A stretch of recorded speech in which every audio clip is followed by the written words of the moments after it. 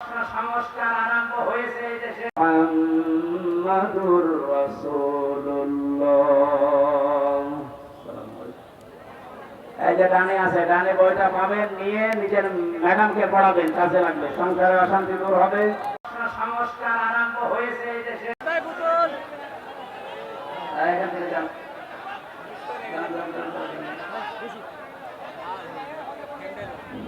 أعوذ بالله من الشيطان الرجيم. بسم الله الرحمن الرحيم.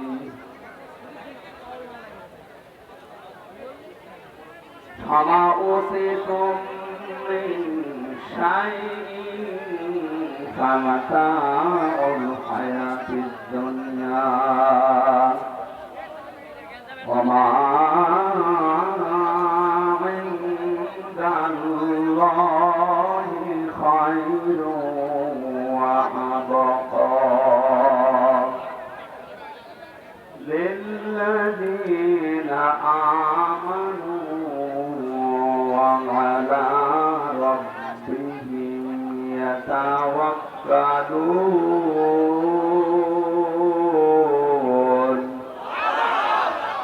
صدقت يا ربنا. عن أبي هريرة رضي الله تعالى عنه قال قال النبي صلى الله عليه وسلم الدنيا جيفة وقالبها كلاب. رواه ابن ماجه.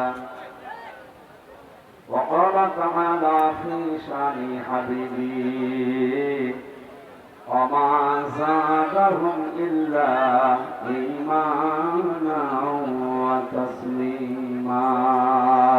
اللهم صل على محمد وآله وأصحابه وبارك وسلم. الحمد لله.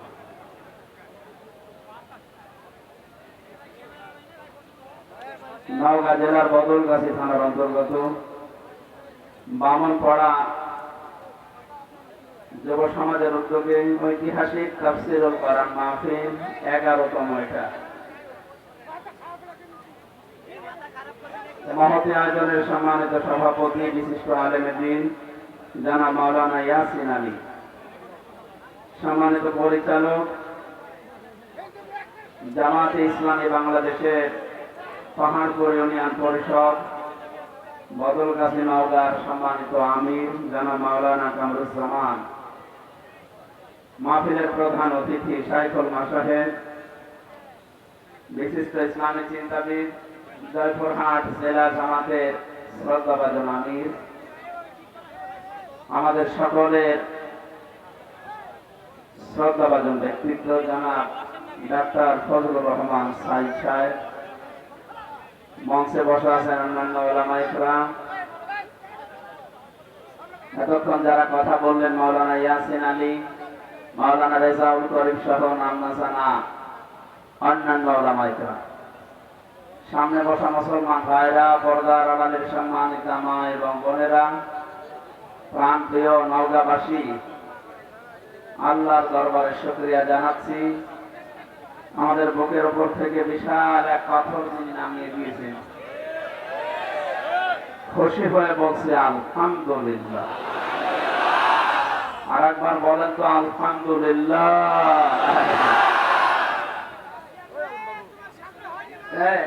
আমরা কথা শুরু করেন, আমি বন্ধ করে দিই।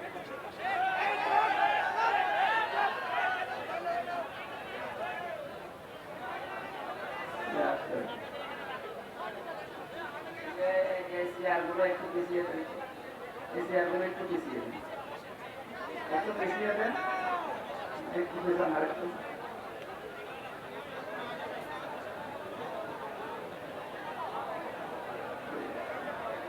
স্টেজে যারা দাঁড়িয়ে আছেন দয়া করে বসেন। এখানে দাঁড়িয়ে আছেন কি বসেন না কেন? তাড়াতাড়ি বসেন। ঠিক আছে, কথা বন্ধ করে, আমরা 1 ঘন্টা মাত্র কথা বলবো, একটু কথা বন্ধ করেন।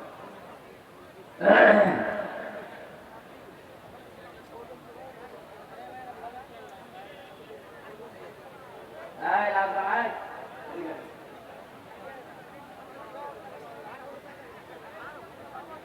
কথা বন্ধ করেন, ইশারায় করবেন যদি খুব জরুরি হয়। কথা বলা যাবে না। ফাসতামিউ লাহু ওয়া আমসিকু। কোরআন শুনতে হলে চুপ থাকা লাগে আর শোনা লাগে, সুতরাং কথা বলা যাবে না ভাই। অন্য যা করেন ইশারা করবেন। যাদের মাধ্যমে জেলামি সাহেব বলছিলেন, যাদের মাধ্যমে আল্লাহ এই অর্জন আমাদেরকে দিলেন, তাদেরকে দেশে অনেকে এখনো পর্যন্ত শহীদ এই শব্দটা বলতে রাজি না। এটা যে কত বড় হীনমন্যতা, ওরা তো আসলে বাস্তবতা পড়েনি, এই কারণে টের পাচ্ছে না। শহীদ এই শব্দটা যে কত দামি,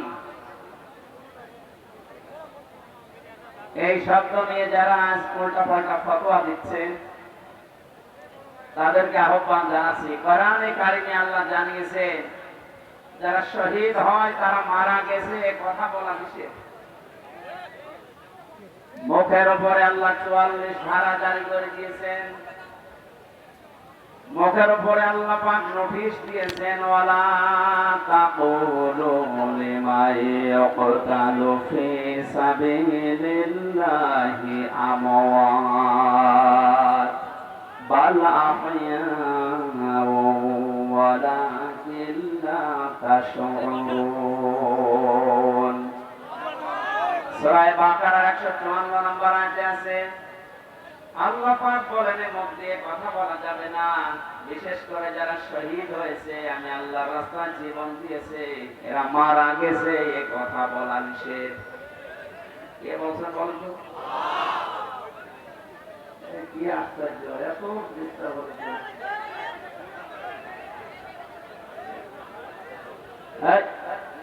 আপনি একজনকে চুপ করতে বলতে আর সমস্যা, আপনি কথা বলবেন না, চুপ করেন। আরে এই যে লাইট মারেন কেন? লাইট বন্ধ করেন।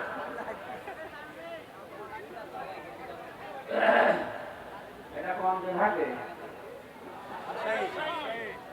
এটা তো সমস্যা থাকার কথা না। আর একটু পার হলে না সমস্যা। একটু আপনারা যদি এরকম ডিস্টার্ব করেন তাহলে রংপুর বিভাগের মানুষ কি করবে আপনি টের পাচ্ছেন? এই জন্য অন্তত বিভাগের বদনাম যেন না হয়, রংপুর বিভাগের একটা বদনাম তারা যেন ছড়িয়েছে। কিন্তু ওরা সমস্যা, ওদেরকে আপনি যাই বলেন না কেন মফিজ কি করা সমস্যা। ওরা গরিব মানুষ, নবীজির হাদিস অনুযায়ী গরিব মানুষ ধনী মানুষের ৫০০ বছর আগে জান্নাতে যাবে। এজন্য আপনারা একটু চুপ করেন ভাই। আবার শেষবারের মতো বলছি, একটু ধীর স্থির ভাবে শোনেন। আমি গতানুগতিক কথা বলি না, আমি যেখানে কথা বলি চিন্তা করি ওখান থেকে কিছু বের করা যায় কিনা। কারণ কথা যা বলার, যা আমরা শোনার, কোরআনের পাখি সব বিষয় বলে দিচ্ছে, কোন বিষয় তিনি বাদ দেন। এটা একটু স্থির থাকে ভাই। তাহলে যারা শহীদ হয় তারা মারা গেছে এ কথা বলা নিষেধ, মুখ দিয়ে কথা বলা যাবে না, যেহেতু মানুষ মুখ দিয়ে কথা বলে, এই জন্য আল্লাহ মুখের উপরে এই নোটিশ দিয়েছে। দ্বিতীয় নম্বরে কি, মানুষ হৃদয়ে কল্পনা আনতে পারে, ধারণা করতে পারে যে লোকটা মারা গেছে, আল্লাহ ধারণার উপরে নোটিশ দিয়েছে। ওয়ালা তাহসাবান্নাল্লাযীনা কুতিলু ফি সাবিলিল্লাহি আমওয়াতা বাল আহয়াউ ইনদা রাব্বিহিম ইরযাকুন। সূরা আলে ইমরানের ১৬৯ নম্বর আয়াতে আছে, আল্লাহ পাক বলেন ধারণাও করবে না, যারা শাহাদাত বরণ করে এরা মারা গেছে এ ধারণাও করা যাবে না, বরং তারা জীবিত এবং এই মানুষগুলো আল্লাহর কাছ থেকে রিজিক পায়। জোরে বলেন সুবহানাল্লাহ।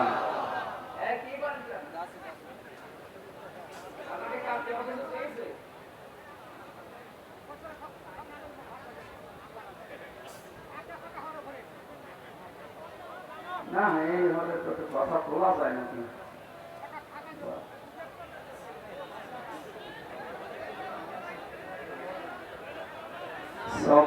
সুবহানাল্লাহ আলহামদুলিল্লাহ লা ইলাহা ইল্লাল্লাহ। সুবহানাল্লাহ আলহামদুলিল্লাহ লা ইলাহা ইল্লাল্লাহ লা ইলাহা ইল্লাল্লাহ।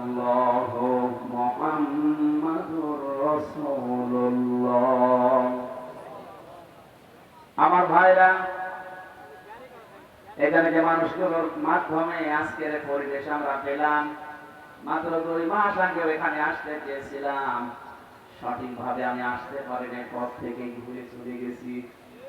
অথচ সেই ময়দানে আল্লাহ যাদের মাধ্যমে এ সুন্দর পরিবেশ তৈরি করে দিলেন, তাদেরকে যেন শাহাদাতের সর্বোচ্চ মাকাম আল্লাহ দান করেন, বলেন আমিন।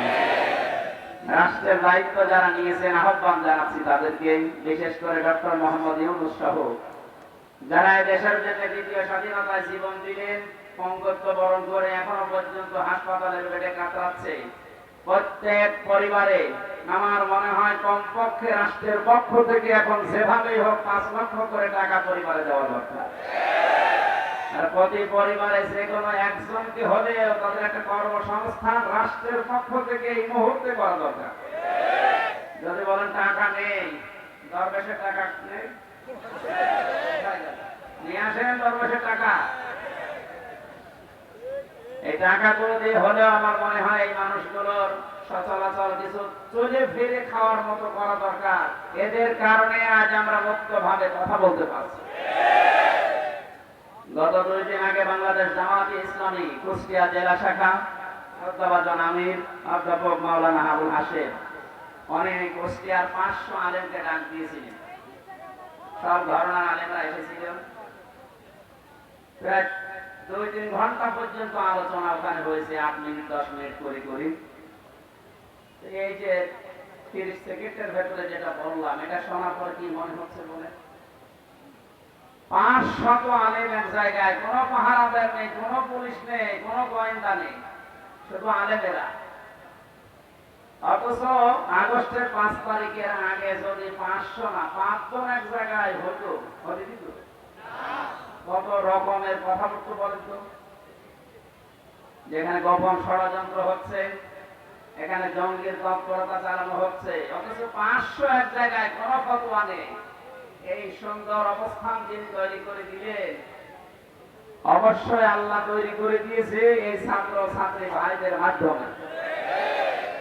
বৈষম্য বিরোধী ছাত্র আন্দোলন, এই শব্দটা, এটা বৈষম্য, এটা কিন্তু কোরআনে কারিমে আল্লাহ জানিয়েছে। কারা এটা তৈরি করেছিল, উদ্ভাবন করে কাজে লাগিয়েছে আমি জানি না। সংস্কার যখন আরম্ভ করছে, সংস্কার শুরু হয়ে গেছে। আমার আহ্বান থাকবে অতি তাড়াতাড়ি জালেমদের যারা দোষর ছিল এই মানুষগুলোকে এক্ষুনি সংস্কার করা লাগবে। এই 2-3 দিন পরে পরেই দেখবেন নতুন নতুন একটা করে ইস্যু বানাবে, আমি আনসার, আমি অমুসলিম। এমনকি 2 দিন পরে ওরা পতিতাদেরকে রাস্তায় নামাবে। জালেমদেরকে ঘৃণা করে শুধু আমি, আল্লাহ আল্লাহ এত বেশি ঘৃণা করেন জালেমদেরকে। ইন্নামাস সাবিলু আলাল্লাযিনা ইয়াযলিমুনান নাস ওয়া ইয়াবগুনা ফিল আরদি বিগাইরিল হক উলাইকা লাহুম আযাবুন আলীম। সূরা সূরা 25 নম্বর পারা 6 নম্বর পৃষ্ঠা 12 নম্বর লাইনের 42 নম্বর আয়াত। এই জিলালি কোরআনে আছে, তাফসীর পড়া করতে গেলে সময় লাগবে, আমি অল্প কথায় বোঝাচ্ছি। আল্লাহ বলেন, হে নবী, আমি আল্লাহ নিজে মামলা দেব জালেমদের বিরুদ্ধে, যারা মানুষ হয়ে মানুষের উপরে জুলুম করেছিল। এখানে ইয়াজলিমুনান নাস আছে, ইয়াজলিমুনাল মুসলিমুনা নেই। যারা মুসলমানের উপরে জুলুম করেছে, মানুষ হয়ে মানুষের উপরে যারা জুলুম করবেন, আপনি হামজার মামলার আসামি না, আপনি আল্লাহর মামলার আসামি। শোকের সংবাদ দিচ্ছি একটা, না এখন মনে করা ঠিক হবে না, না ভাই এরা ভাই আমার নিজের ব্যাপার, এখন কালকে বলবো।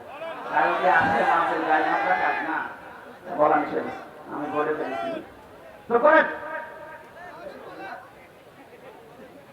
কালকে আগামীকাল বলবো, আগামীকাল বলবো, আমি আগে একটা পাবো তো, এখন পেয়েছি কিন্তু এখন 100 ভাগ না, কালকে বলবো না, সমস্যা আছে ভাই।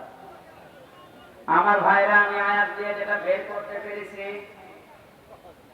পৃথিবীর মানুষ যদি আপনাকে মামলা দিত, এই যে আমার বিরুদ্ধে মামলা দিয়েছিল রাষ্ট্র, শেষ হয়ে গেল, বের হয়ে আসলাম, হয়তো কষ্ট দিয়েছে 3 বছর মতো, কিয়ামতের ময়দানে আল্লাহ পাক নিজে মামলা দায়ের করবে, অথচ নিজে তিনি বিচারপতি।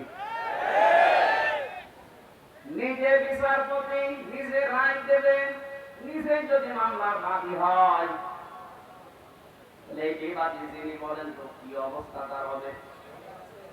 এখানে জালেম, এদের বিরুদ্ধে পৃথিবীর মানুষের মামলা না, আপনার বিরুদ্ধে আল্লাহর মামলা।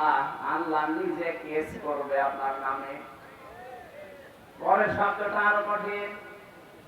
সুতরাং জুলুমের যে সর্বোচ্চ চূড়া আমরা যেটা আয়নাঘর হিসাবে দেখতে পেলাম, এর কাছে বড় জুলুম এই পৃথিবীতে আর হয় না। আমার যতটুকু বিশ্বাস, আমি নিজে থেকে দেখেছি আয়নাঘরের মাটির নিচে, বাস্তবতা যা মনে হচ্ছে, 18 কোটি মানুষ যদি এই জালেমদের সাথে মাফ করে দেয়, দয়া করে, ব্যারিস্টার আরমানের বউ কখন মাফ করবেন? আপনি তো ওই জায়গায় ছিলেন না, উনি নিজে বাস্তবতা টের পেয়েছে। যতদিন পর্যন্ত আয়না ঘরের সাথে সম্পৃক্ত মানুষগুলো ব্যারিস্টার আরমানের কাছে, আমান আসমের কাছে মাফ না চাবে আর মন থেকে মাফ না করবে, ততদিন পর্যন্ত আল্লাহ মাফ করবে না। আল্লাহ বড় হয়ে গেল না, আল্লাহ ওদের উপরে যে দায়িত্ব ছেড়ে দিয়েছে, কারণ এটা হক করবা না, ওটা হক বলে বাদ। আপনি হক বলে বাদ নষ্ট করেছেন। এরপরেও যদি কেউ জালেমের পক্ষ নিয়ে মাঝে মাঝে ইস্যু তৈরি করার জন্য, আপা কোনো ঘাবড়াবেন না, আমরা নরম হয়ে যাই, এরকম কথাবার্তা বলে নিজেদেরকে যারা শক্ত করতে চাচ্ছেন, আপনিও আল্লাহর মামলার আসামি। হাদিস পেয়েছি, আল্লাহর নবী জানিয়েছেন কিয়ামতে আমার হাতে হাউজে কাউসার পান করা ছাড়া কেউ জান্নাতে যেতে পারবে না। কিন্তু দুনিয়া যারা জালেম ছিল আর জালেমের দোষর ছিল, এদের জন্য কাউসারের পানি হারাম। আপনি এখন টের পাচ্ছেন কথা কতদূর গেল। এরপরও যদি কেউ জালেমের পক্ষে ছাপায় গায়, আমার মনে হয় ওর বিবেক মরে গেছে, ওর বিবেকের উপরে উপরে পোশাক করছে। এর চাইতে খারাপ ভাষা আমার জানা নেই। এরপরও কিছু মানুষ দেখে ছাপায় গাবে জালেমদের, আর মানুষ নেই, ওর কলব মরে গেছে। কলব মরে যায় কখন? কোরআন কারীম জানিয়েছে, লাহুম কুলুবুন লা ইয়াফকাহুনা বিহা ওয়া লাহুম আ'য়ুনুন লা ইউবসিরুনা বিহা ওয়া লাহুম আযানুন লা ইয়াসমাউনা বিহা। আল্লাহ পাক তিনটি ইন্দ্রিয় শক্তির কথা এখানে দিয়েছেন। যাদের কলব আছে কিন্তু চিন্তা নেই, যারা চোখ দিয়ে দেখার পরও না দেখার ভান করে থাকে, যারা কানা শোনার পরও না শোনার ভান করে থাকে, এই মানুষগুলোকে আমি আল্লাহ জাহান্নামে দেব, এই জন্য বানিয়েছি। অথচ বাংলাদেশের দিকে তাকালে তিনটা ইন্দ্রিয় শক্তি কাজে লাগাচ্ছে না এরকম মানুষ বেশি। যদিও দিন পাল্টাচ্ছে, এখন অনেকে এখন এগুলো কাজে লাগাচ্ছে, যে না আর কতদিন বোবা হয়ে থাকবো, বিবেকটা কাজে লাগানো দরকার। আমার সামনে 5 তারিখে 14 জন মানুষকে বিনা কারণে, বিনা উস্কানিতে মেরেছে। বাংলাদেশ জামাত ইসলামের যিনি কেন্দ্রীয় আমির ডাক্তার শফিকুর রহমানকে ধন্যবাদ জানাচ্ছি। সাথে ছিলাম ওনার আমি 4 দিন মাত্র। ডক্টরকে আচরণ, মুআমালাত, মুআশারাত, বিশেষ করে ওনার যে আমল, ওনার যে ঈমান এবং ভরসা আল্লাহর প্রতি, আমি যে কোরআন হাতে নিয়ে বলতে চাই, এই বাংলাদেশে যদি কেউ টাটকা জিন্দা আল্লাহর ওলি দেখতে চায়, ডাক্তার শফিকুর রহমানের দিকে তাকাবেন। কোন সন্দেহ নেই, ওলি নির্ভেজাল ওলি। অনেক ওলির ভেতরে তো ভেজাল আছে, ওনার সাথে বাস্তবে মিশে আমি যা দেখলাম ওইটা বলছি। আপনি সেজদা দিয়ে 2-3 মিনিট 5 মিনিট থাকেন, অথচ কাশিমপুর থেকে আদালত পর্যন্ত এই মুরব্বী মানুষটা দাড়ি চুল ঘুম পর্যন্ত দেখে সাদা হয়ে গেছে। এই বৃদ্ধ যুবক প্রতিদিন 3-4টা করে হাজিরা দিয়েছে, তার 9টা-10টায় ছোট্ট কারাগারে। আমরা তো এমনিতেই দুর্বল মানুষ, তারপরও ঘুমিয়েছে তার 9টা, 9:30, 10টার ভেতরে। আর উনি কিছু জিকির করে দরুদ পড়ার পরে সেজদা দিত। এক একটা সেজদায় প্রায় 45 মিনিট, 1 ঘন্টা 1.5 ঘন্টা শেষ।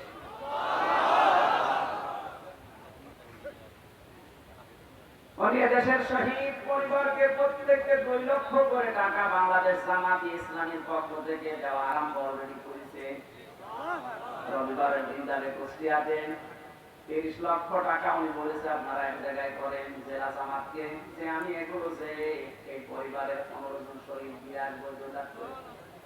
দেশের আরো তো অন্যান্য রাজনৈতিক দল আছে, সবাই যদি দেখে আসতেন এবং যারা জুলুম করে টাকা পয়সাগুলো কামাই করেছে এই টাকাগুলো যদি এখন সব ফিরিয়ে নিয়ে এসে এই মানুষগুলোকে দিতেন, স্বাধীনতার আসল সুখ পাওয়া যেত। এটা আহ্বান জানাচ্ছি ইসলামী আন্দোলন একামতের দিনের দায়িত্ব পালন করতে গিয়ে এই কঠিন পরিস্থিতিতে যারা শহীদদের পাশে দাঁড়াচ্ছে, মুক্তভাবে কথা বলা, মুক্তভাবে চলাফেরা করার সুযোগ যাদের মাধ্যমে আল্লাহ করে দিলেন, আপনি যদি এখন তাদের গুরুত্ব না দেন তাহলে নিয়ামতের না শুকরিয়া হবে। অথচ কোরআন জানাচ্ছে লাইন শাকারতুম লাযিদান্নাকুম, নিয়ামতের যদি শুকরিয়া আদায় করো আল্লাহ নিয়ামত বাড়িয়ে দেবে, আর যদি নিয়ামতের গুরুত্ব না দাও, না শুকরি করো, কুফরি করো, আল্লাহ এটা ছিনিয়ে নেবে, কঠিন বিপদের ভেতরে ফেলে দেবে। বলে নাউযুবিল্লাহ। আল্লাহ আমাদেরকে হেফাজত করুন এবং একটা মানার তৌফিক দিন, বলেন আমিন। যারা জুলুম করেছেন তারা এখন কোন পর্যায়ে আছেন আপনি টের পেলেন? তারা হামজার মামলার আসামি না, ওরা সরাসরি আল্লাহর কেসের মামলার আসামি। 2 নাম্বার শব্দটা তো আরো মারাত্মক। এবার বাস্তবের সাথে মিলান দেখবেন, মিলবে ওয়ায়াবুনা ফিল আরদি বিগাইরিল হক। যারা এই পৃথিবীকে অশান্ত করার জন্য, এই দুনিয়াকে অশান্ত করার জন্য, বিশৃঙ্খল পরিবেশ তৈরি করার জন্য যারা মাঝে মাঝে বিদ্রোহ করছেন, ওরা হিন্দুদেরকে কাজে লাগিয়ে পারে নাই, খালে পানি নেই এরপরে লাগিয়েছে আনসারদেরকে। কি কাজ? আমি তো আনসারের কোনো কাজ করতে পাই না। কয়েকদিন আগের রিপোর্ট, বাংলাদেশের 40,000 আনসার নিয়োগ হয়েছে, তার 33,000 হচ্ছে জন্মবাংলা। 64টা জেলার এক জেলায় যদি 33,000 নেওয়া লাগে 40,000-এর ভেতরে, আমরা কি ঘাস কাটছি? ওরা এমনি নেমেছে। এত অধিকার আদায় করার জন্য মাঠে নামার শখকে 15 বছর কোথায় ছিলেন?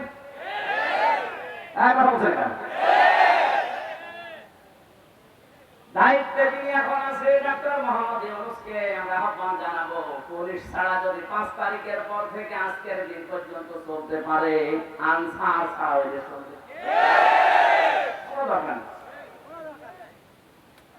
ওইটা দিয়ে যখন কাজ হচ্ছে না, ওরা কিন্তু সামনে আর একটা জিনিস নিয়ে আসতেছে ডাক্তারদেরকে, যে ডাক্তাররা, ডাক্তার নামে শুধু ছিল নাম, এই মানুষগুলোকে এখন সামনে নিয়ে আসার চেষ্টা আছে। এইটা ওখানে পানি আসবে না, কারণ দেশের ছাত্র সমাজ এখনো কমিয়ে যায়নি।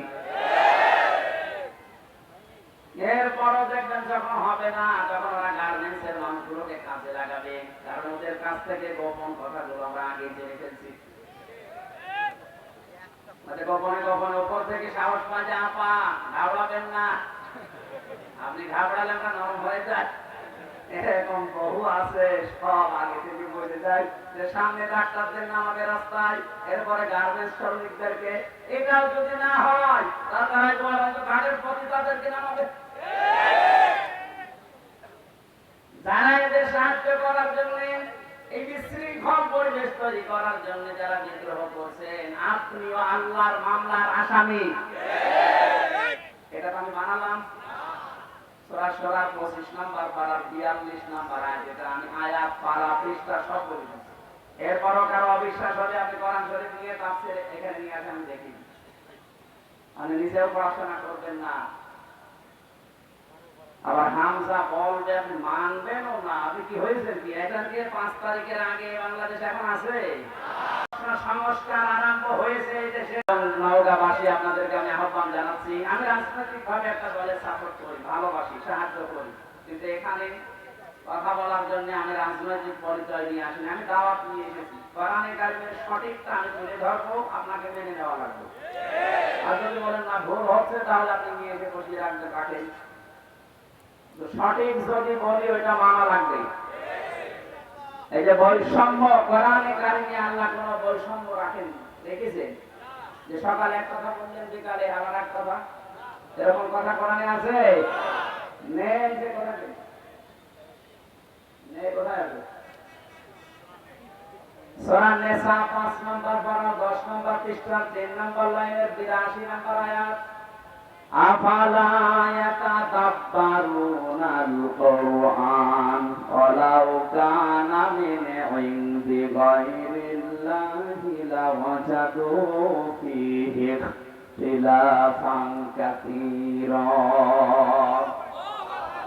আল্লাহ পাক বলেন, কি হয়েছে তোদের? কেন আমার কোরআন নিয়ে চিন্তা ভাবনা করিস না? আমি আল্লাহ কোরআনে যত বক্তব্য দিয়েছি, পারস্পরিক বিরোধী কোন বক্তব্য কোরআনে কারিমে নেই। এটা যে আমি আল্লাহর কালাম, এটা তার এক নাম্বার পরিচয়। যদি বলেন সুবহানাল্লাহ।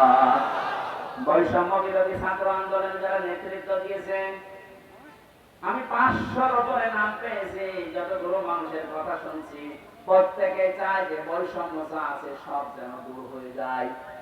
কথা বলে না কেন? ওরা কোরআনে কারিমের আয়াতটা এর বাংলা অর্থ যদি জেনে থাকে, কালকে যে বলজনের বক্তব্য শুনেছি, ওরা চায় এই দেশে কোনো বিষয়ে যেন বৈষম্য আর না থাকে। আমরাও এটা চাই। কোরআন ও কারিমে আল্লাহ এইটাই দিয়েছেন। দূর হওয়া যখন আরম্ভ হয়েছে, যাদের দ্বারা বদনাম হয়ে গেল দেশটার, যাদের দ্বারা প্রশাসনের বদনাম হয়ে গেল, যাদের দ্বারা বিচার ব্যবস্থার বদনাম হয়ে গেল, একটাকেও যেন ছাড় দেওয়া না হয়। কারণ জালেমকে ছাড় দেওয়া মানে মাজলুমের উপরে জুলুম করা। রিমান্ডে যারা আল্লাহর পর্যন্ত ভোগ ধরেছিল দেখেছিলাম, অথচ নামে মুসলমান। বিচার ব্যবস্থায় যারা উল্টা পাল্টা ইসলামের নামে বক্তব্য দিত, ওই চেয়ারে বসে বসে আমার সামনে একটাকে ধরেছে, ডিসি আলাদা করে দিয়েছে। ওনাকে কাঁধ গড়ায় দাঁড়িয়ে বলছে যে মারবেন, মারেন, যাদের আমার ডিসি খেয়ে নেবেন।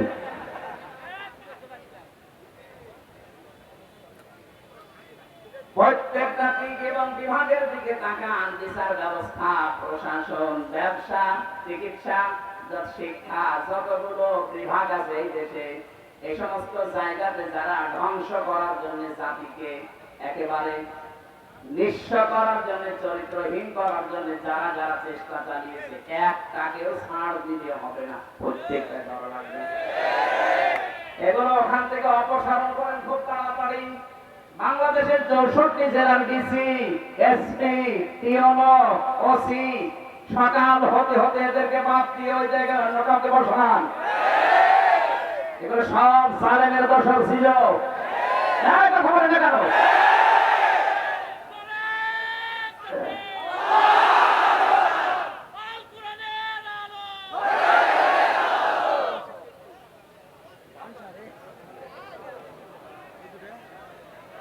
নওগাঁবাসী, আমি যে কথা বলার জন্য পর্যন্ত এসেছিলাম, শহীদদের ব্যাপারে কেউ যেন মুখ খুলবেন না, উল্টা পাল্টা ধারণাও করবেন না।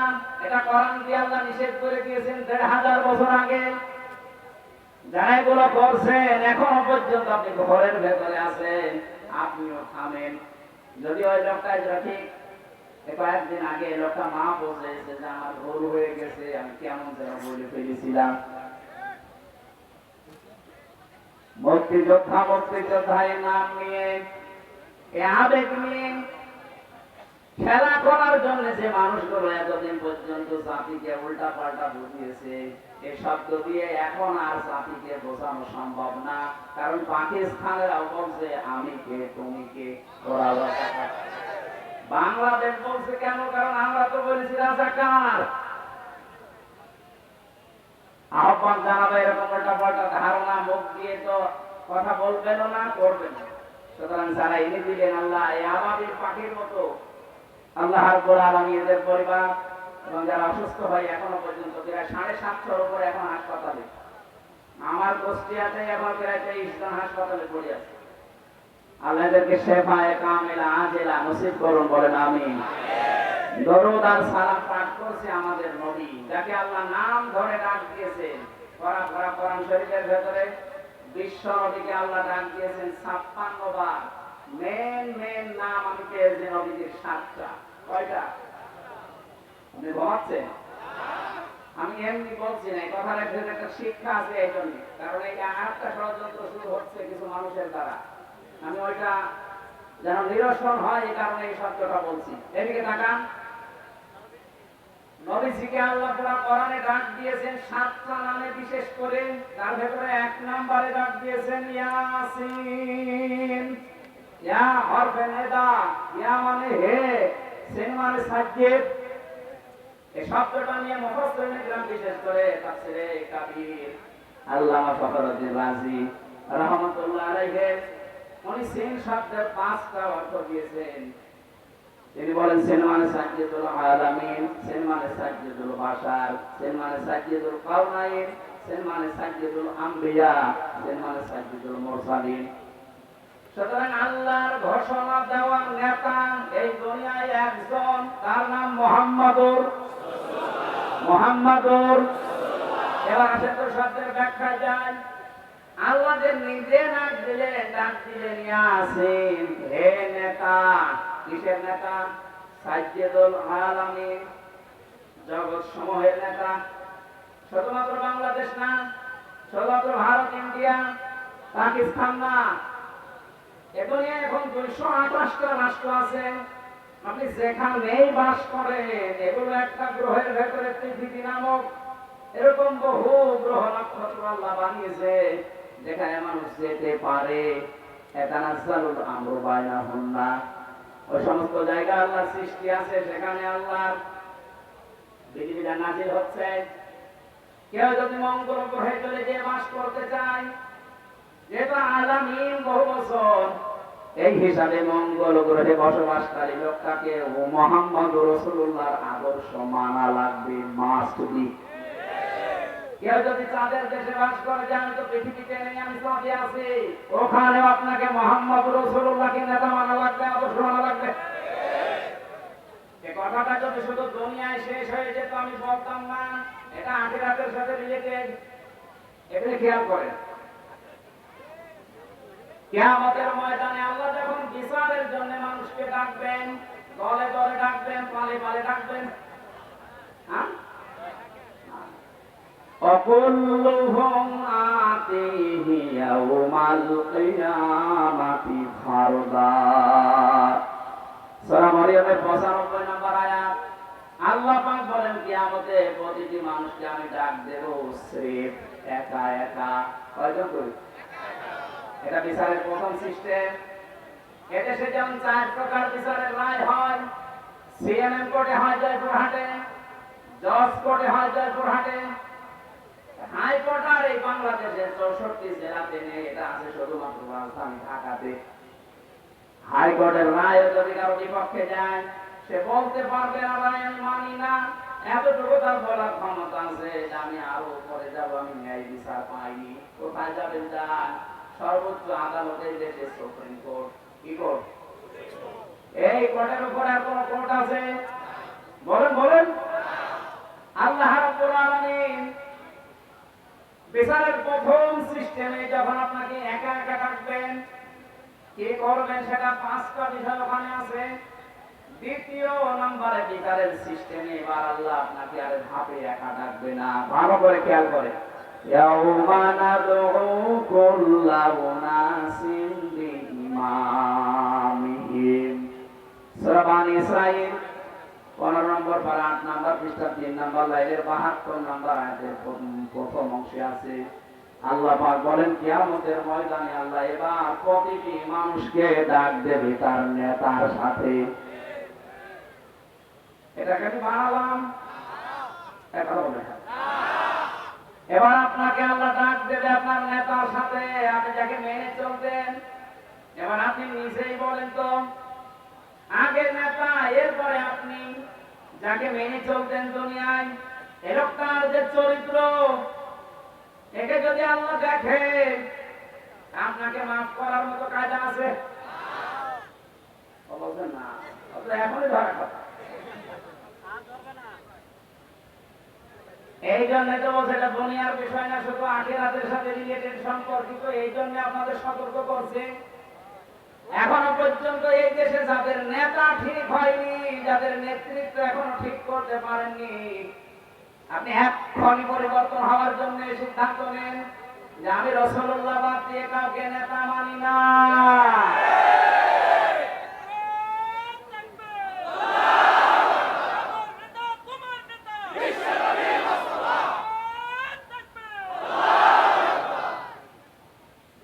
এখন যদি বলেন রাসূলুল্লাহ তো নেই, তাহলে নেতা কি আর মানবো না? না। সূরা নিসা 59 নম্বর আয়াত। এই এদিকে তাকান। আদর্শ বানাতে চান আপনি, কাউকে সামনে রাখতে চান, অবশ্যই মাস্ট বি আপনাকে দেখা লাগবে ওই লোকটা আল্লাহ রাসূলকে মেনে চলে কিনা।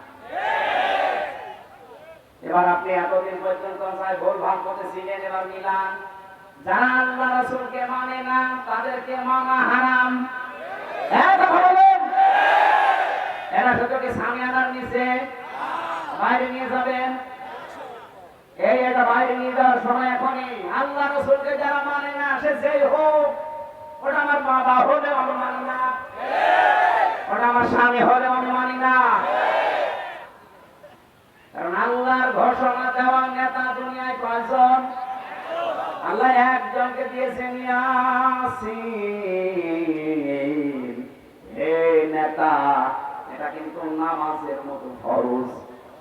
নামাজ পড়া যেমন ফরজ, রাসূলুল্লাহর নেতৃত্ব মেনে নেওয়া কি?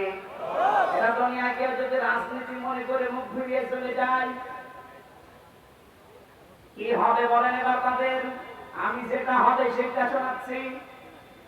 যারা কোরআনের কিছু মানে নামাজ রোজা হজ যাকাত মেনে নিয়েছে, কিন্তু কোরআনে কারিমে আল্লাহ জিহাদের কথা দিয়েছেন, এটা মানে না, জঙ্গি বলে টানিয়ে দেয়।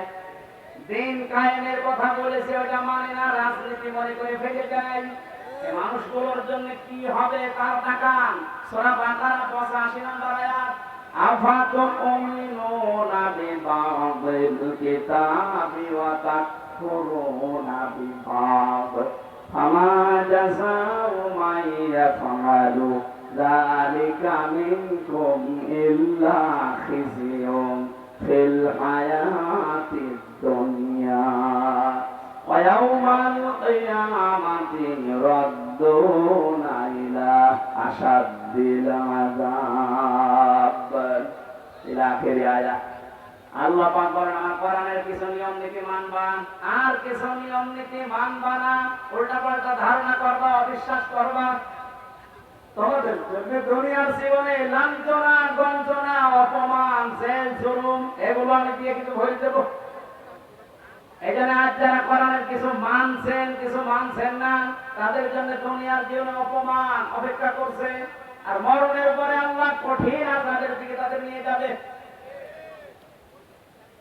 দ্বিতীয় নম্বরে, আজ হাজারো মানুষকে আমরা এই কোরআনের চোখ লাগিয়ে দেখতে পাচ্ছি, আল্লাহ রাসূলের বেলায় প্রশ্ন তোলে না, কিন্তু উলিল আমরের বেলায় এসে আর ঠিকঠাক থাকে না।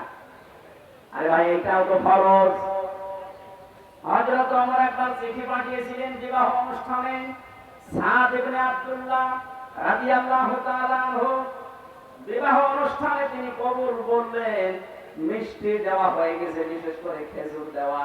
হঠাৎ করে এক কাছের দূত এসে চিঠিটা হযরত সাদ ইবনে আব্দুল্লাহর হাতে দিলেন। চিঠিটা পড়ার পরে দেখলেন পাঠিয়েছে হযরত ওমর। উনি পড়ার পরে বললেন, মুরব্বিরা, এখন আমার বাসর ঘরে যাওয়ার কথা ছিল, কিন্তু যিনি পাঠিয়েছেন উনি হচ্ছে আমার খলিফা, আমার আমির। আল্লাহ রাসূলকে মেনে চলা যেমন ফরজ, এই আমিরকেও মেনে চলা ঠিক ওই রকম ফরজ। কারণ যতক্ষণ পর্যন্ত আমির আল্লাহ রাসূলকে মেনে চলে, ততক্ষণ তাকে মেনে চলা ফরজ। হযরত ওমর যেহেতু আল্লাহ রাসূলকে মেনে চলে, এই জন্য তাকে এখন মেনে চলা কোরআনের আয়াত অনুযায়ী কি?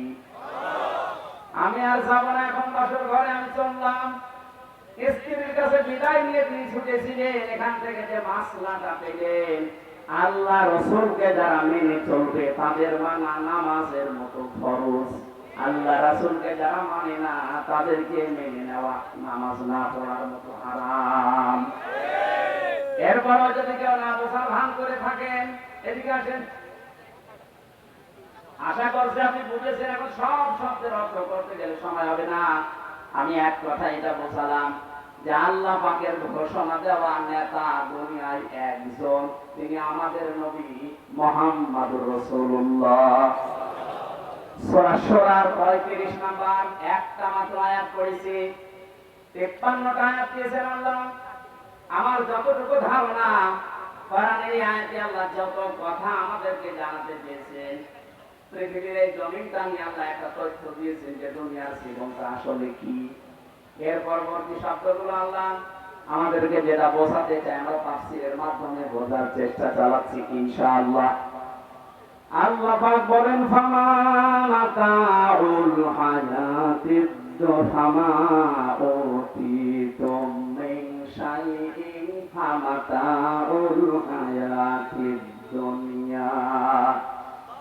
অনগাবাসী আল্লাহ বলেন, বস্তুত পৃথিবীতে কিছু ভোগের সামগ্রী আমি আল্লাহ পাকের জীবনে তোমাদেরকে দিয়ে দিয়েছি। আমা উতিতু আমা ইনদাল্লাহি খায়রু ওয়া আবকা, আমি আল্লাহর কাছে আছে স্থায়ী এবং উত্তম জিনিস, তাদের জন্য এটা স্থায়ী আর উত্তম হবে। লিল্লাযিনা আমানু, যারা ঈমান আনে, ওয়া আলা রাব্বিহিম ইয়াতাওয়াক্কালুন, এবং যারা ভরসা করে তাদের রবের প্রতি। জোরে বলেন সুবহানাল্লাহ। এখন আমরা একটা ব্যাখ্যার দিকে যাচ্ছি তাফসীর আকারে। পৃথিবীর জমিনটাকে আল্লাহ বুঝিয়েছেন এটা ভোগের একটা জায়গা, একটা সামগ্রী।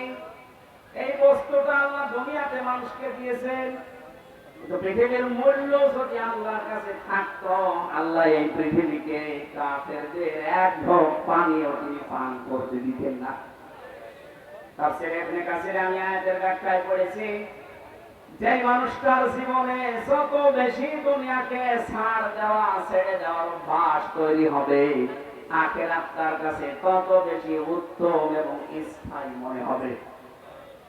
আমরা যেহেতু ওই পরিমাণ ঈমান, ওই পরিমাণ তাওয়াক্কুল, ওই পরিমাণ বিশ্বাস এখনো আনতে পারি নাই, এই জন্য পৃথিবী আমাদের কাছে অনেকের বড় মনে হচ্ছে। এই জন্য তো অনেকে এখন আস্তে আস্তে বলা আরম্ভ করছে।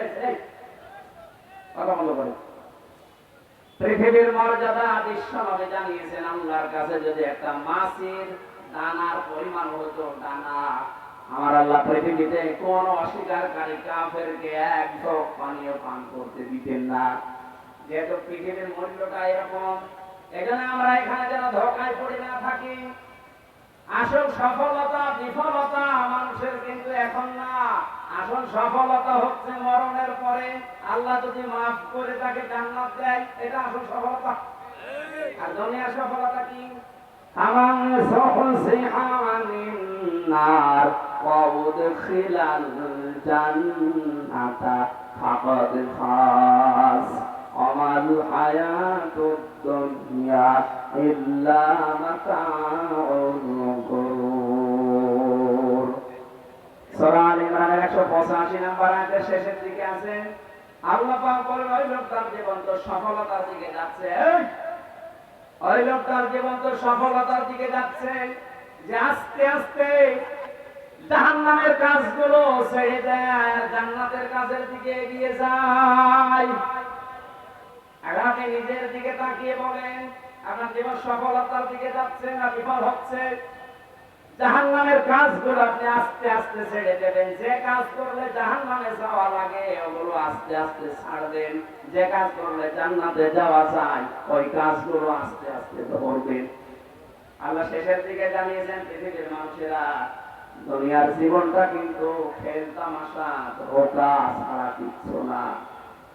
যাদের জন্য যাই করছে এগুলো সব ধোঁকা। যদি প্রমাণ পেতে চাও একটু পরীক্ষা করে দেখো। এই মাতাউল গুরুরের ভেতরে পৃথিবীর সব কিছু আছে, আপনার মা বাবা আছে, এটা ধোঁকা। বলতে পারেন মা বাবার জন্য দুনিয়া আছে, এটা ধোঁকা। মানে হ্যাঁ ধোঁকা। কোন স্বার্থে যদি তাদের আঘাত লাগে দেখবেন ওইটা উল্টিয়ে যাবে। আপনার স্ত্রী, এটা ধোঁকা। যদি পছন্দ না হয় কথা আপনি আজকে বাড়িতে পরীক্ষা করেন। স্ত্রীর মহব্বত আপনার চাইতে বেশি তাদের প্রতি, তাদেরকে একটু কিছু করেন, দেখবেন আপনার যে ভালোবাসা পুরো উঠিয়ে গেছে। আপনার সন্তান আদি এটাও ধোকা, মাথা ওর গরুরের ভেতরে সব আছে।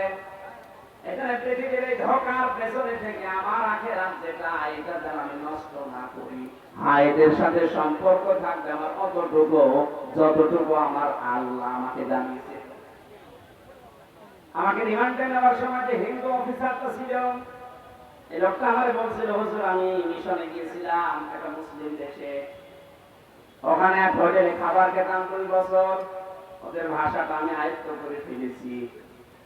শেষ পর্যন্ত যে খাবার দিতে পরে শুনলাম যে ওই ছেলেটাই হোটেলের মালিক, ছেলে মালিকের ছেলে। অনেকে একদিন প্রশ্নই করলাম যে আপনি এত বড় হোটেলের মালিক, প্রতিদিন টাকা হাজার হাজার টাকা আপনি গুনতেছেন, আর ছেলেটাকে বানিয়ে দিয়েছেন হোটেলের বয়। ও পানি নিয়ে এসে দেয়, তরকারি নিয়ে এসে দেয়। একটা কথা হলো, ওই লোকটা আমার ভাষা দিয়ে ওই হিন্দুকে বুঝিয়েছে যে আপনি কি, কোথায় বাড়ি এবং কি কোন ধর্মের লোক আমি জানি না, তবে আমরা কোরআনে কারিমের যে বিষয়গুলো বুঝেছি, সূরা তাগাবুনের 14 নম্বর 15 নম্বর আয়াতটাকে নাকি পড়ে শুনিয়েছিল। কোরআনে কারিমে আল্লাহ জানিয়েছেন, ইয়া আইয়ুহাল্লাযীনা আমানু ইন্না মিন আজওয়াজিকুম ওয়া আওলাদিকুম আদুওয়াল লাকুম ফাহযারুহুম ইলা আখিরি আয়াত। ওহে যারা ঈমানের দাবি করো, ভালোভাবে সাবধান হও। তোমাদের স্ত্রী, তোমাদের সন্তানাদি, মাল, এগুলো কিন্তু মাঝে মাঝে তোমাদের শত্রু হয়ে দাঁড়াবে। এদের ব্যাপারে সতর্ক থাকো। আমার এই সন্তানটা জন্ম দেওয়া, একে দিনের শিক্ষা দেওয়া, এর একটা সুন্দর অর্থবোধক নাম রাখা, এর একটা সৎ পাত্রে থেকে পাত্রস্থ করা, এবং এই ছেলেটার একটা কর্মজীবন চায় সেটা তৈরি করে দেওয়া, এই 4টা দায়িত্ব রাসূলুল্লাহ আমাকে দিয়েছে। আমার এই ছেলেটার প্রতি আমি 4টায় পালন করেছি। হবার পর একটা সুন্দর অর্থবোধক নাম দিয়েছি ওরে। দিন মানতে যতটুকু লাগে ওই পরিমাণ জ্ঞান ও শিক্ষা অর্জন করেছে। 3 নম্বর জায়গা দেখে আমি জায়গা দেখে বিবাহ সাধু দিয়েছি। 4 নম্বরে একটা হালাল কর্মজীবন দরকার ছিল, যেহেতু আমার ওই পরিমাণ সেরকম ক্যাপাসিটি নেই, এই জন্য আমি আমার নিজের জায়গাকে হালাল পয়সা উপার্জন করার একটা মাধ্যম তৈরি করে দিয়েছি। আমার এই ছেলেকে আমি অবৈধ চেয়ারে বসাবো, এই জন্য আমার টাকা পয়সা খরচ করে ওই চেয়ারে বসিয়ে আমি তো আমার আখেরাত নষ্ট করতে পারি না। ওরা কোরআনে কারীমকে যেভাবে বুঝেছে, আমল করেছে, আমাদের দেশে আমরা যদি সবাই এইভাবে চিন্তা ভাবনা করতাম, আমাদের দেশটা পরিচ্ছন্ন হয়ে যেত। বাবা মা বড় ভাই যারা আছে এরা মনে করে আমার এই ভাইকে, আমার এই ছেলেকে, মেয়েকে এমন চেয়ারে তুলে দেওয়া লাগবে, যোগ্যতা থাকে থাক, না থাকে না থাক। যার 5 ক্লাস ফার্স্ট ছিল, যার যোগ্যতা ছিল, তার টাকা নেই, এই জন্য চেয়ারে দেওয়া হয়নি। টাকা 20 লাখ 50 লাখ দিয়ে এই যে আল্লাহর ওলি দীপু মনি বিভিন্ন বিশ্ববিদ্যালয়ের ভিসি নিয়োগ দেওয়ার জন্য 2 কোটি টাকা করে হালাল মনে করে ফিস, আর বিভিন্ন কলেজে, মাদ্রাসা আর এই সমস্ত জায়গায় 20 লাখ 30 লাখ 50 লাখ করে টাকা উড়িয়ে, আর বাকিগুলো তো বাদ দিলাম। আমি ওনাকে নাম ধরে বললাম এই কারণে আপনি দৃশ্য দেখেন। কি হলো তার এই টাকা? এখন ডিম খাচ্ছে, পচা ডিম, আর তিল ঘষি গালিগালাজ তো আছে। এতগুলো পুলিশ বেষ্টনীতে থাকার পরও যেভাবে লাঠি গোতা কিল খাচ্ছে, বাইরে যদি আসতেন আপনাকে জনগণ পিটিয়ে বের ফেলত। তার জন্য কি করেছিলেন আপনি বলেন? কিচ্ছু সাথে নিতে পারছেন না। যতগুলো মামলা হত্যা আপনার নামে, এখন যদি সঠিকভাবে ইনসাফ ভিত্তিক রায় তো হবে আশা করছি, রায় যদি হয় সারা জীবন জেলের ভেতরে থাকা লাগবে, কোনো উপকারে আসবে না। পৃথিবীর জমিনটা ধোঁকা, আমরা যেন ধোঁকায় আবার না পড়ি। আমরা যারা আখিরাতকে গুরুত্ব দেই, সামনে আমাদের বিশাল একটা জীবন পড়ে আছে, এটা যত বেশি গুরুত্ব দেবেন আপনি, আপনি দেখবেন এই পৃথিবীর জমিটা আপনার কাছে সহজ মনে হবে, কোন টেনশন চিন্তা আপনার ভেতরে ঠাঁই পাবে না। জামাত ইসলামের আমিরের নাম বলছে কারণ আমি দেখেছি, এই কারণে এত বড় কঠিন বিপদ চলছিল ওই সময়। ওনার ছেলেও ছেলে, ওনার স্ত্রী অসুস্থ, ওনার লক্ষ লক্ষ যারা নিজের কর্মী সহকর্মী তারা সব পালিয়ে বেড়াচ্ছে, জেলখানায় ভর্তি। এমন কঠিন মুহূর্তে কোনো টেনশন, কোনো চাপ, চিন্তার রেখা শরীরের ভেতরে এসে আড়ালে করে নেই। ওনাকে বললাম স্যার আপনি তো কথা মতো বলেন না, একটা মোবাইল তৈরি করে নিয়ে আসা যায় এখানে বিভিন্ন কায়দায় সেটে। আমার বলছে হামজা মোবাইল দিয়ে কি করবো?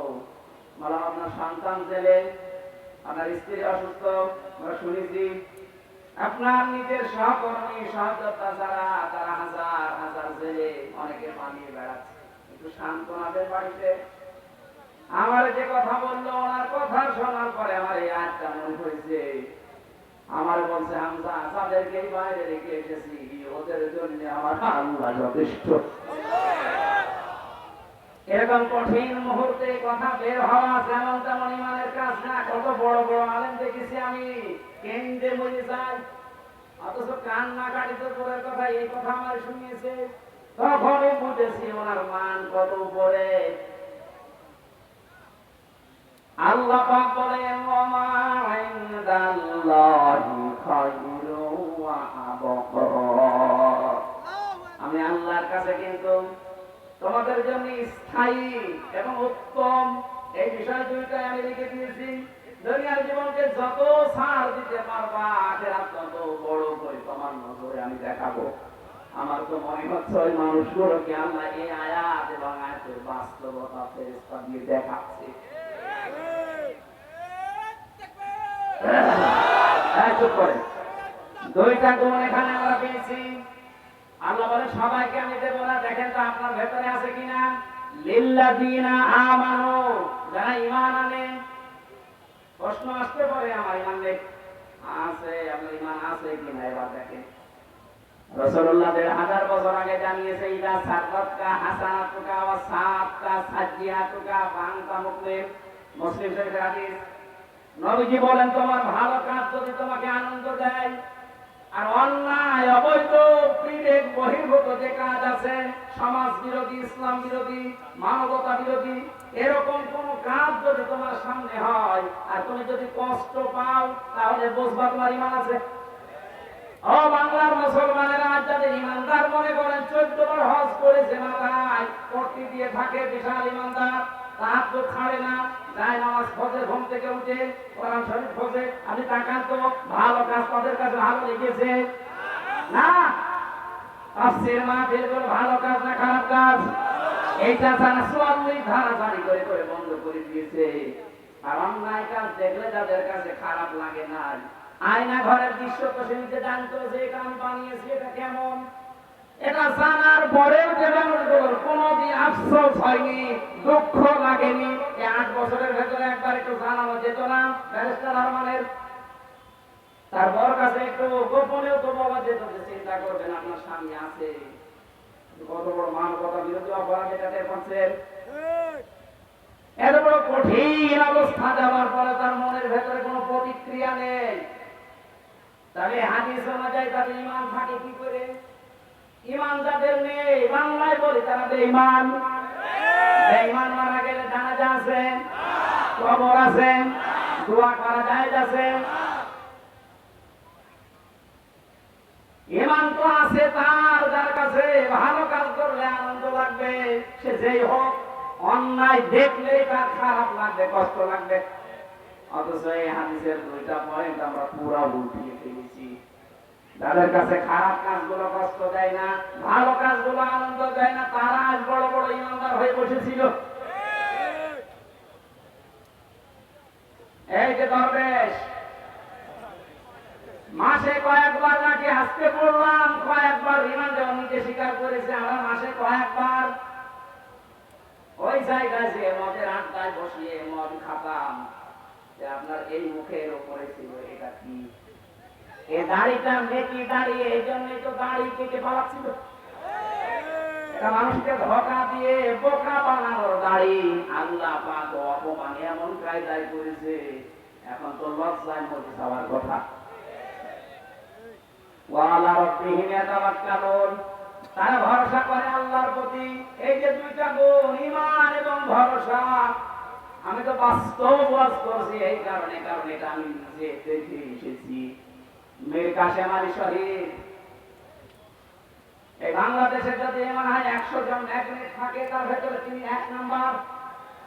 একটা বলছে না, লক্ষ লক্ষ মানুষের কর্মসংস্থান তৈরি করে দিয়েছে। হারাম কর্মজীবন না হালাল, অনেকে তো হারাম কর্মজীবন তৈরি করেছে। এক কারারক্ষী এসে আমার একদিন বলছিল, হামজা ভাই, শহীদ মীর কাসেম আলী এ লোকটার যেদিন ফাঁসি হবে, মাত্র 3 ঘন্টা আগে ওনারে বললাম আপনি প্রস্তুতি নেন। আমার বলছে, কারারক্ষী ভাই, এখন 3 ঘন্টা বাকি আছে, আমি 2 ঘন্টা ঘুমিয়ে গেলাম, তুমি আমার ডাক দিও। কারারক্ষী বলছে, দেখলাম ঠিক ঘুমিয়ে গেল। 2 ঘন্টা পরে ডাকলাম, ওঠার পরে গোসল করে ওযু করে চা বানালেন কারেন্টের শর্ট দিয়ে। আমাকে বলছে চা খান, আমি বললাম না। উনি নিজে চা খেয়ে নামাজ শেষ করার পরে বলছে, জল্লাদ শাহজাহানকে ডাক দে, আমি প্রস্তুত হয়ে গেছি, মনে করছে তোর বাড়ি যাবে। কারণ আমার বলছে হুজুর 2 ঘন্টা পরে 3 ঘন্টা পরে যার ফাঁসি, তার ছেলে ব্যারিস্টার আরমান গুম হয়ে আছে, তার স্ত্রী অসুস্থ, তার দলের লোক হাজার হাজার ছেলে পালিয়ে বেড়াচ্ছে। তার এই কঠিন অবস্থায় ঘুম আসলো কি করে আমার বুঝে আসে না আজ পর্যন্ত। আমি বললাম আপনার বুঝে আসে না, কিন্তু আমি বুঝেছি। কোরআনে কারীম জানিয়েছে, ইন্নাল্লাযীনা ক্বালু রাব্বুনাল্লাহ, যারা বলে আমাদের রব আল্লাহ, সুম্মাস্তাকামু, এর উপর টিকে থাকে, তাতানাজ্জালু আলাইহিমুল মালায়েকা, আল্লাহ নিজে তাদের বিপদে আপদে ফেরেশতা নাযিল করে সাহায্য করে। খাফু, ভয় পাবেন না, ওয়ালা তাহজানু, কোনো চিন্তা করবেন না। কিসের ভয়, কিসের চিন্তা? আমার তো মনে হচ্ছিল শহীদ মীর কাসেম আলীর কানের কাছে ফেরেশতা এই কথা বলেছিল যে চিন্তা করবেন না ছেলের জন্য, আপনার হাজার হাজার সহকর্মী আছে, কারোর জন্য কোনো চিন্তা নেই, এগুলোর দায়িত্ব আল্লাহ সব নিয়ে নিয়েছে। এটা উনি শুনেছিলেন, এরপরে ওনার ঘুম এসেছে না, তো ঘুম আসার কথা না। আপনি চিন্তা করতে পারেন যে 3 ঘন্টা পরে ফাঁসি, তার 2 ঘন্টা ঘুম আসলো কি করে? আমার 3 বছরের ভেতরে যে কত ঘুমের পড়ে গেছে আমি নিজেও জানি না। তাও তো আমার আশা ছিল জানতে চাবো তো 5 বছর 10 বছর পরে। আর ওনার কি অবস্থা? 3 ঘন্টা পরে জীবন প্রদীপ নিভে যাবে, মানুষের সামনে ওনার মরা লাগবে, অথচ 2 ঘন্টা নিশ্চিন্তায় নির্ভাবনায় ঘুমিয়ে গেছে। কত বড় ভরসা থাকলে আল্লাহর উপরে, কত বড় তাওয়াক্কুল থাকলে এই অবস্থার সৃষ্টি হয়। আহ্বান জানাচ্ছি, এরকম জীবন গঠন করেন। আল্লাহ পাক বলেন, ওয়ালা তাহিনু ওয়ালা তাহজানু, আল্লাহ তাখাফু ওয়ালা তাহজানু ওয়া আনতুমুল, আল্লাহ তাখাফু ওয়ালা তাহজানু আল্লাতী কুনতুম তুআদুন। ফেরেশতারা ওই সময় এসে বিপদে বলে, ভয় পাবেন না, চিন্তা করবেন না, সবগুলোর দায়িত্ব তো আল্লাহ নিয়েছে। এমনকি ওই যে জান্নাতের সুসংবাদ গ্রহণ করেন, যার ওয়াদা আল্লাহ করেছিলেন, আল্লাহর কসম, আমার বিশ্বাস। আর কারারক্ষীর বক্তব্য শোনার পরে কোরআনের আয়াতের সাথে মিলিয়ে আমি বলতে পারি উনি অবশ্যই ফেরেশতার কাছে গিয়েছিলেন, জান্নাতে দেখতে পেয়েছিলেন। নাই তো ওই অবস্থায় আমার এগিয়ে যাওয়ার কথা ছিল না। যে লোকটা সবচাইতে উঁচা লম্বা ছিল জেলখানায়, এই যে সালাউদ্দিন কাদের চৌধুরী, ওনাকেও নিয়ে যাওয়ার সময় ইতস্তত বোধ করেছিলেন। কারারক্ষী বলছিল ওর দায়িত্ব আমি ছিলাম। মরার জন্য তো কেউ রাজি হয় না, কিন্তু সেই কয়েকজনের নাম আমি বলছি, মানুষগুলো আগে থেকে রেডি হয়ে নতুন জামা কাপড় পরে রেডি, যে শ্বশুর বাড়ি যাবে এখন। ওরা যদি কিছু না দেখবে, কেন এই মানুষগুলো তাড়াতাড়ি ময়দানে মঞ্চে যেতে রাজি বলেন? এখানে দুনিয়াকে যত তুচ্ছ মনে করবেন, ছাড় দেবেন, ছেড়ে দেওয়ার চেষ্টা চালাবেন, আখেরাত আপনার কাছে আল্লাহ বড় করে দেখাবেন, আপনার ঈমানটা আল্লাহ মজবুত করে দেবেন, ভরসা আল্লাহর প্রতি বেড়ে যাবে। এতে যে শিক্ষাটা আল্লাহ আমাদেরকে দিতে চেয়েছে যে দুনিয়া ছাড়ো, আখেরাত ধরো, আল্লাহ আমাকে সহ যারা এসেছি মেনে চলার তৌফিক দিন, বলেন আমিন। আরো কয়েকটা কাজ আমার আল্লাহ এখানে দিচ্ছেন। আল্লাযীনা ইয়াজতানিবুনা কাবাইরাল ইসমি ওয়াল ফাওয়াহিশ ওয়া ইযা মা গাযিবুহুম ইয়াগফিরুন। এ দুনিয়ায় যারা বড় বড় কবিরা গুনাহ থেকে নিজেদেরকে বাঁচিয়ে রাখেন, কবিরা গুনাহ ইমাম যাহাবী রাহমাতুল্লাহ আলাইহির কিতাবে পড়েছেন 99টা। সবচাইতে বড় কবিরা গুনাহ আল্লাহর সাথে শিরিক করা, যেটা করার জন্য রাষ্ট্র ব্যবস্থা উঠে পড়ে লেগেছিল প্রতিবেশীদের কথা মতো। জাতিকে একটা মুশরিক জাতি বানানোর জন্য মোড়ে মোড়ে যা তৈরি করেছিল, আমার মনে হয় দেখতার পরে উনি যখন উড়ান দিয়েছে বিকাল 5টা, আস্তে আস্তে দেশে আর একটা শিরিক অন্তত ওনার মানে ছিল না। আমার গোষ্ঠীয় যেটা ছিল বিকাল 5টা আস্তে আস্তে মাটির সাথে তো মিশে গেছে। আবার কেউ কেউ যে মুখের উপরে ওটা দিয়ে পোশাক তুলছে। কি করলেন আপনি? এই দেখো কোটি কোটি টাকা খরচ করে একটা মানুষের জিকির করে একটা মানুষকে প্রতিষ্ঠা করার জন্য চেষ্টা চালালেন, কিন্তু আল্লাহ তো এটা চায় না। আল্লাহ চায় যে সব জায়গায় আল্লাহর জিকির হোক। কথা বলে না, এটাকে আমি বানালাম। আল্লাহ যে চায় তার জিকির সব সময় উপরে থাক। কালিমাতুল্লাহি হিয়াল উলিয়া, আল্লাহ পাক চায় যে সব জায়গায় তার নাম উপরে থাকবে। এই জন্যই তো এত অপমান, এত অপদস্থ, এত লাঞ্ছনা। এখান থেকে যদি শিক্ষা না নিয়ে আগামীতে যারা আসবে, তারা যদি আবার ওই জায়গায় আল্লাহর নাম না দিয়ে বিভিন্ন মানুষকে ওই জায়গায় তুলে, সময় আসবে আপনাকেও আল্লাহ ওই রকম অপমান করবে। এজন্য আপনি আশা করছি আপনারা শিক্ষা নেবেন যারা আসেন। একটা মানুষের আলোচনা বাংলাদেশে যত বেশি হয়, আল্লাহর আলোচনা, আল্লাহর জিকির যদি ওই পরিমাণ আমরা করতে পারতাম, এই 15-16 বছরে আমরা সবাই আল্লাহর ওলি হয়ে যেতাম। কবিরা গুনাহ যেগুলো আছে একটা একটা করে বেঁচে থাকা লাগবে জীবন সফল করার জন্য। 2 নম্বরে যারা অশ্লীল কাজ থেকে নিজেদেরকে বাঁচিয়ে রাখে। অশ্লীল কাজ কি? এই মোবাইল যাতে আছে, সবার সামনে দেখলে যেটা লজ্জা পান আর গোপনে দেখলে যেটা আনন্দ পান, এই মুহূর্তে এটা ডিলিট করা লাগবে। এটা পাওয়া হাসির ভেতরে অন্তর্ভুক্ত। বাইরে যেটা দেখা যায় নেই, মোবাইলের ভেতরে দেখা যায় নেই। একটা মেয়ে লোকের পর্দা, নবমণ্ডল, হাতের কবজি, পায়ের পাতা, পাত দিয়ে পুরা শরীর ঢেকে রাখা লাগবে। কথা বলেন না, এমন পোশাক পরেছে যার দিকে তাকানো যাচ্ছে না, ওরকম পোশাক যদি সামনে করে কেউ দাঁড়ায়, আপনার দেখা দায় যাচ্ছে, ওরা মোবাইলে দায় যাচ্ছে। কথা বলেন না। এজন্য এরকম কিছু যদি কারো থাকে এই মুহূর্তে ডিলিট করে ফেলেন। 14 জন মহিলার সাথে আপনি দেখা করতে পারবেন, তাও ওই মহিলাদের মুখমণ্ডল, হাতের কবজি আর পায়ের পাতা সব পুরা শরীর ঢেকে রাখা লাগবে। কয়জন? বলেন বলেন।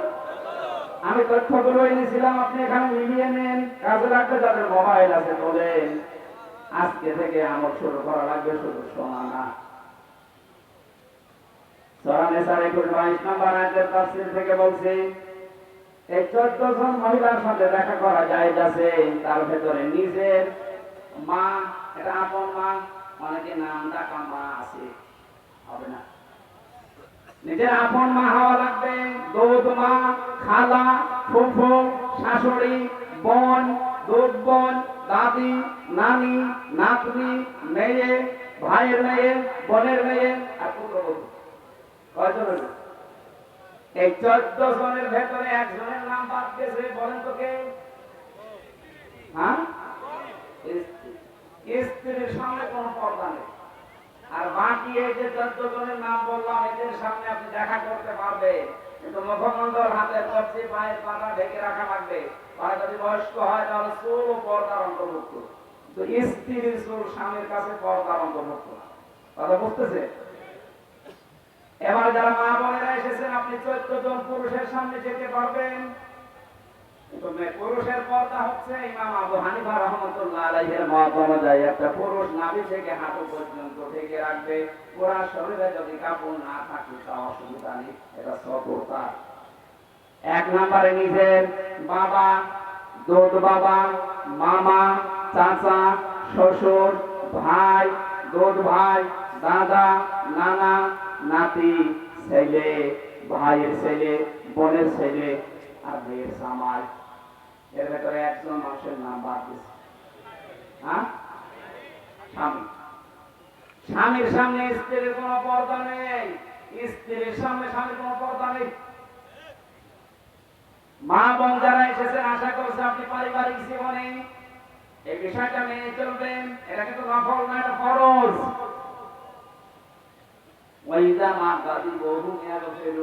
আল্লাহ বলেন, ওদের যখন রাগ হয় ওই মানুষগুলো কঠিন মুহূর্তেও মাফ করে দেয়।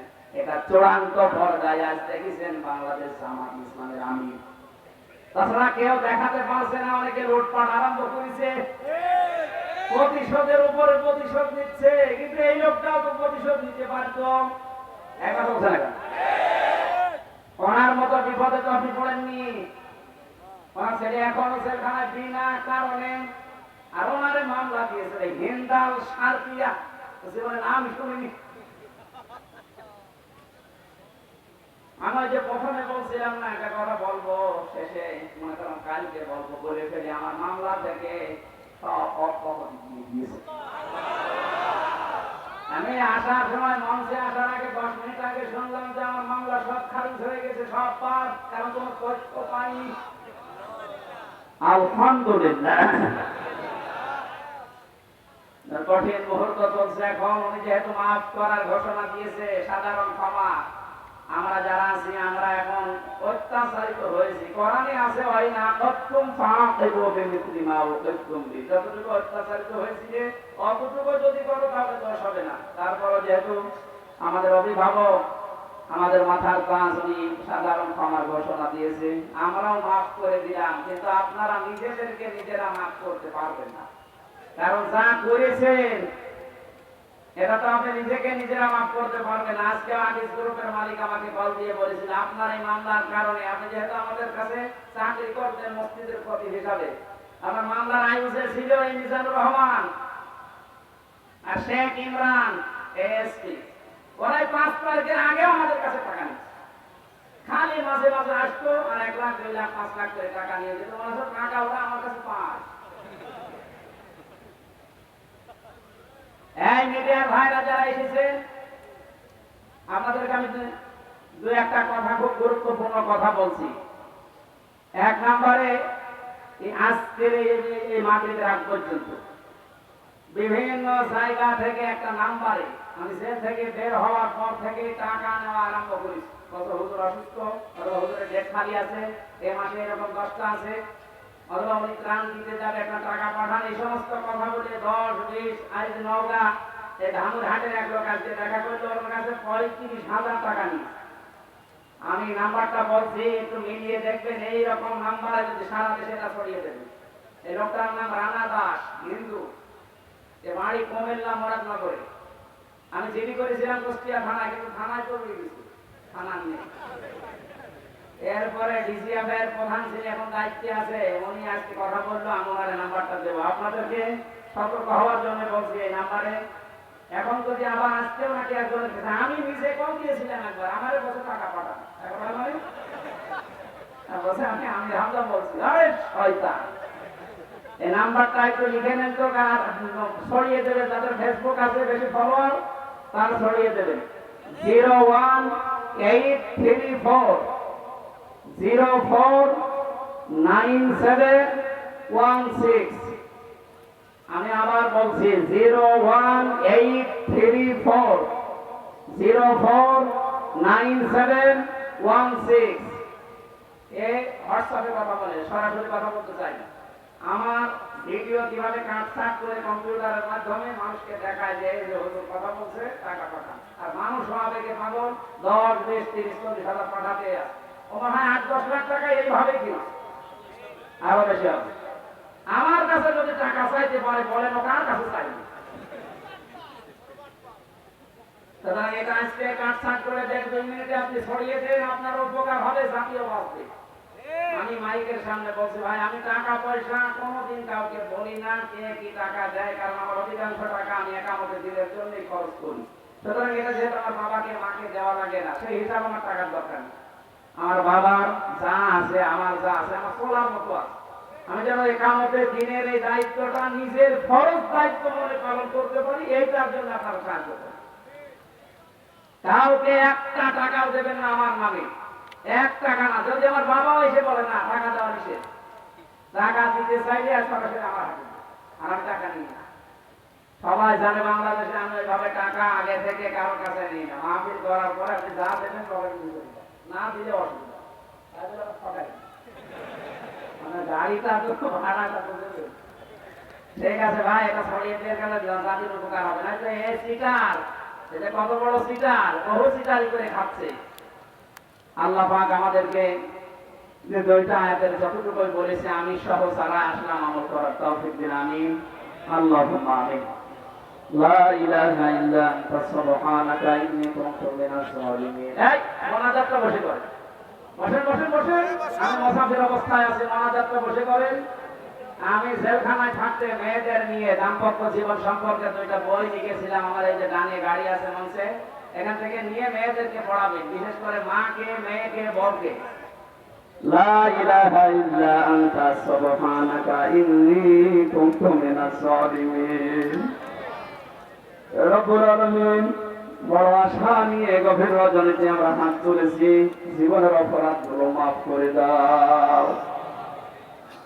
কোরআনে কারীম শোনার জন্য যারা চাতক পাখির মতো বসে আছে, আল্লাহ তাআলা এদেরকে হযরত ওমরের মতো হেদায়েত দিয়ে দাও। বুকের উপর থেকে বিশাল এক পাথর তুমি নামিয়ে দিয়েছো আল্লাহ। সবচাইতে বড় শান্তি পেতাম যদি দেখতাম তোমার আইন দিয়ে আমাদের প্রখণ্ড বাংলাদেশ চলছে। জীবনে বহু মোনাজাত করেছি আল্লাহ তাআলা, বড় আশা নিয়ে আমরা মোনাজাত করছি তোমার কাছে। তুমি নিজেই জানিয়েছো উদউনি আস্তাজিব লাকুম, আমাকে ডাকো আমি ডাকের সাড়া দেব। আয়াতকে 100 ভাগ বিশ্বাস করে আমরা ডাকবে। রব্বুল আলামিন, এই অধিকাংশ মানুষ চায় যে তোমার আইন দিয়ে দেশটা চলুক, চর্মচোখে যেন দেখতে পারি বাংলার সংসদ কোরআন দিয়ে চলছে। যে মানুষগুলো ইখলাসের সাথে দায়িত্ব পালন করছে, আল্লাহ তাআলা যে মানুষগুলোর কুরবানি তোমার পছন্দ হচ্ছে, একামতে দিনের দায়িত্ব পালন করার জন্য সব কিছু যারা ছেড়ে দিয়েছে, দুনিয়াকে যারা তুচ্ছ মনে করে, আল্লাহ তাআলা ওই মানুষগুলোকে তুমি সুস্থ রাখো, ভালো রাখো, আরো ইখলাস বাড়িয়ে দাও। ওদের আখিরাতে বিশাল ঘর তুমি তৈরি করে দাও। মা বোনেরা পর্দায় থাকার তৌফিক দাও, স্বামী সোহাগিনী বানিয়ে দাও। আমরা যারা অসুস্থ আছি আমাদেরকে শেফায়ে কামেলা আজেলা দান করো। মিডিয়ার যে ভাইরা কোরআন প্রচারের জন্য, নবীর হাদিস প্রসারের জন্য কষ্ট করে, আল্লাহ মিডিয়ার উপরে তোমার খাস রহমত নাযিল করো। এদেরকে তুমি অন্যায় কোনো কাজে জড়িয়ে দিও না, ইসলাম প্রচারের জন্য মাধ্যম হিসাবে কবুল করে নাও। বিশেষ করে রাজশাহীর জাতীয় সেন্টার, রস টিভি সহ, মুসলিম টিভি সহ, আমি নাম অনেকের জানি না, যারাই কোরআন প্রচারে ব্যস্ত আছে, আল্লাহ এদের ব্যবসা বাণিজ্যে বরকত দিয়ে দাও। হক কথাগুলো সঠিকভাবে ছড়িয়ে দেওয়ার তৌফিক এদেরকে দান করো। এই মাহফিলের আয়োজন করতে গিয়ে তোমার যে বান্দারা শ্রম দিয়েছে আল্লাহ, মনের ভেতরে তার যে কামনা বাসনা আছে পূরণ করে দাও। যে ঘর বানানোর জন্য এরা উদ্যোগ নিয়েছে, তোমার এই ঘরের যত প্রয়োজন আল্লাহ তুমি মিটিয়ে দাও। মাহফিলের প্রধান অতিথি ডাক্তার ফজলুর রহমান সাহেব সহ সভাপতি, পরিচালক সহ যত আলেম এখানে এসেছে, মাওলানা রেজাউল করিম, মাওলানা ইয়াসির আরাফাত, যত আলেম এসেছে আল্লাহ আলেমদেরকে তুমি বাঁচাও, তাদের সম্মান মর্যাদা তুমি বাড়িয়ে দাও। আমার কণ্ঠটা তুমি ভিক্ষা দাও। কথা বললে আমার গলা ব্যথা হয়ে যায়। জেলখানে তারা কি খাওয়িয়েছে, কি দাওয়িয়েছে তুমি দেখেছো? শরীর এখন আমার স্বাভাবিক হচ্ছে না। আল্লাহ তোমার কাছে ভিক্ষা চাচ্ছি, আমার শরীরটা তুমি সুস্থ করে দাও, আমার কণ্ঠটা তুমি ভিক্ষা দাও। আল্লাহ তাআলা আমার জ্ঞান মেহেরবানি করে তুমি বাড়িয়ে দাও। সহজ সরল ভাষায় কোরআনের কথাগুলো তোমার বান্দা বান্দীদের কাছে পৌঁছাতে পারি, তৌফিক দাও। মরণ আসলে যেন এই কথা বলতে পারি, লা ইলাহা ইল্লাল্লাহু মুহাম্মাদুর রাসূলুল্লাহ। এই যে ডানে আছে, ডানে বইটা পাবেন, নিয়ে নিজের ম্যাডামকে পড়াবেন, কাজে লাগবে, সংসারে অশান্তি দূর হবে। মুহাম্মাদুর রাসূলুল্লাহ। এই যে ডানে আছে, ডানে বইটা পাবেন, নিয়ে নিজের ম্যাডামকে পড়াবেন, কাজে লাগবে, সংসারে অশান্তি দূর হবে।